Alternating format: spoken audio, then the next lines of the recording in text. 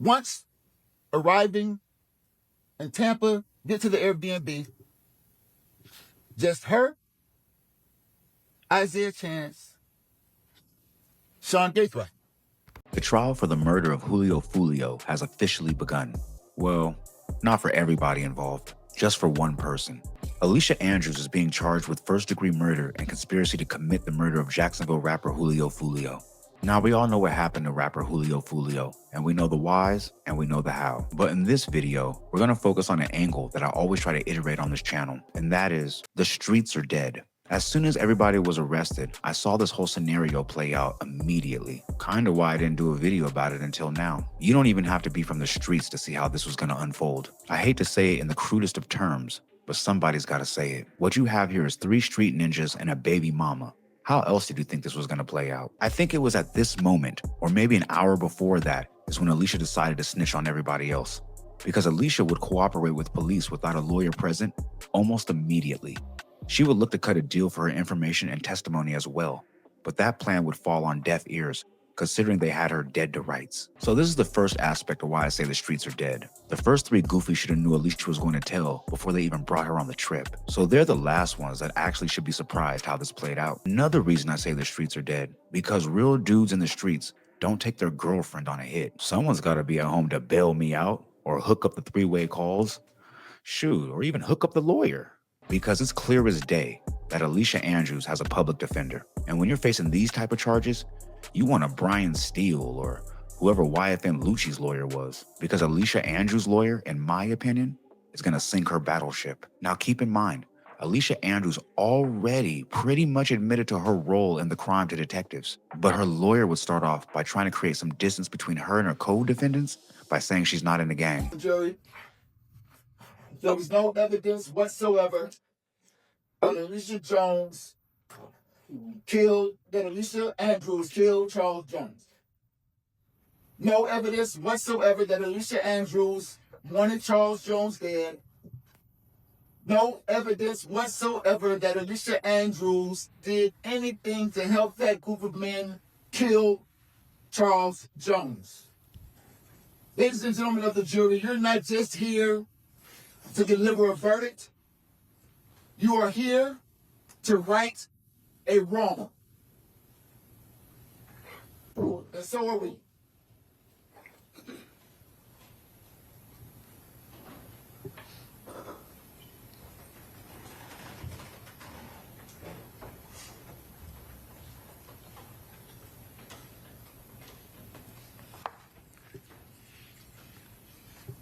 There are a few things that you should keep in mind throughout this trial.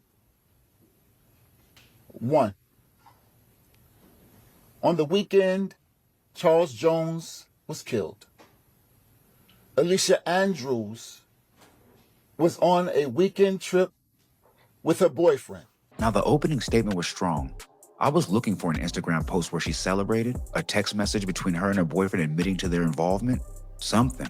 But the only evidence against Alicia is her presence and her cell phone being used, and it looks like that's enough. Now, this is why I say in a case like this, you need a real lawyer, not a public defender. Alicia Andrews gave testimony to officers and investigators without a lawyer present. Now, I'm not her lawyer, but if I was, the very first thing I would argue is to have her testimony thrown out because it was given under duress and without counsel.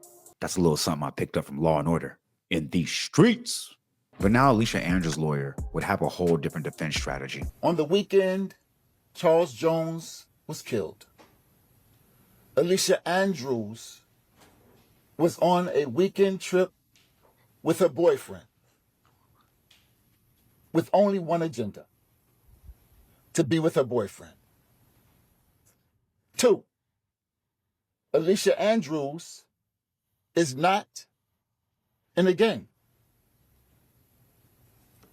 3, with the exception of her boyfriend, Alicia Andrews did not know any of those men in that group, and none of those men in that group knew Alicia Andrews. As a matter of fact, if there was some conspiracy, Alicia Andrews was not in the loop because she was not in the group. 4, Alicia Andrews is not a part of the drill rap culture, nor the drill rap scene. 5. Alicia Andrews did not have any physical evidence on any weapon displayed by the state. You would not find DNA, fingerprints, no physical evidence whatsoever linking Alicia Andrews to this case. He's scared. 6. Alicia Andrews did not have a motive. Waiting is supposed to do that. In other words, there is no evidence whatsoever to support this case of conspiracy or first-degree murder against Alicia Andrews. And I'm sure you're wondering, if there's no evidence against Alicia Andrews, then why are we here? Why we're here? Pack this lawyer up. We all know why Alicia is there. She was seen on surveillance footage all night with the perpetrators, and her phone was pinged with the killers. That's all you need. Now, what would happen next? I didn't find surprising in the slightest. This part of the defensive strategy, I was expecting more of a when, not a if. And that was the abuse angle. Because if Alicia thought her and Isaiah were going on vacation, why didn't she leave when she found out it wasn't that? Now, I'm not gonna call Alicia's lawyer a liar. I won't even say that she wasn't being abused or in an abusive relationship. I just find it convenient that whenever accountability for a woman's actions comes into play, it's usually followed up with an abuse story or manipulation from another man that's somehow supposed to absolve her of her crimes. It happened. As time moves on, Alicia Andrews learns that not only is Isaiah Chance more than not nice, sometimes he could be threatening, controlling. Sometimes she'd have to suffer serious consequences if she upset him. She learned that in the most serious ways. So, fast forward to 2023, Alicia Andrews and Isaiah Chance on again, off again, on again, off again. Now, could be that Alicia's pregnant. Now, like I said, her lawyer is going to bring up everything under the sun. Her good grades in school, her job being an esthetician, her being in an abusive relationship, her even being pregnant while being in an abusive relationship, her being naive to who her boyfriend really was in these streets. And I think these are all great points for opening statements, except one small fact is, none of these prove her innocence. These are just contributing factors to why and how. And that's not what a defense attorney is supposed to be saying. Like I said, what he needed to do is get Alicia's testimony thrown out. But his strategy would be just to blame the other individuals and say Alicia had no idea what was going on. White's house, where he packs up all of these bags. Alicia Andrews never sees what goes into the Impala. She's not a part of that packing process.